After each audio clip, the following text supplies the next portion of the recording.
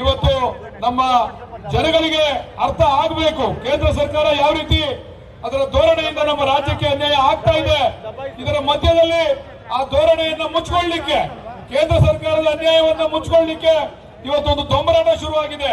ಇವತ್ತು ಬೆಂಗಳೂರಿನಿಂದ ಮೈಸೂರುವರೆಗೂ ಕೂಡ ನಾನು ಒಂದು ಕೇಳಲಿಕ್ಕೆ ಇಚ್ಛೆ ಪಡ್ತೇನೆ, ಯಾವುದಾದ್ರೂ ಒಂದು ಹೋರಾಟ ಪ್ರಾರಂಭ ಆದ್ರೆ ಅದು ಒಂದು ಬಾರಿ ಮಾಡಬೇಕು.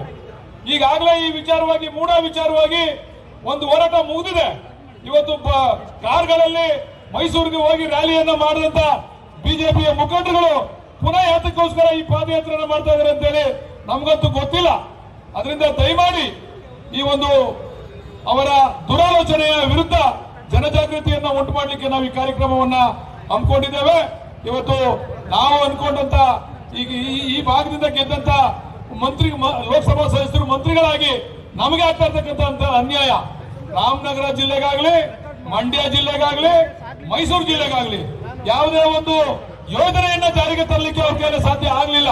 ಕೇವಲ ರಾಜ್ಯಕ್ಕೆ ಬಂದು ಒಂದು ವಾರಕ್ಕೊಂದ್ಸರಿ ಬಂದು ಇಲ್ಲಿ ತೀಟೆ ಮಾಡಿ ಇಲ್ಲ ಸಲ್ಲದ ಅಪರಾಧಿಯನ್ನು ಹೊರಿಸಲಿಕ್ಕೆ ಅವರು ಮಂತ್ರಿ ಆಗಿದ್ದಾರೆ ವಿನ ಕುಮಾರಸ್ವಾಮಿ ಅವರು ಯಾವುದೇ ಒಂದು ಅಭಿವೃದ್ಧಿ ಕಾರ್ಯಕ್ಕೆ ಅವರು ಮಂತ್ರಿ ಆಗಿಲ್ಲ. ಇದರ ವಿರುದ್ಧ ಜನಾಂದೋಲನ ಮಾಡಬೇಕು ಅಂತ ಹೇಳಿ ನಾವು ಕಾರ್ಯಕ್ರಮವನ್ನ ಹಮ್ಮಿಕೊಂಡಿದ್ದೇವೆ.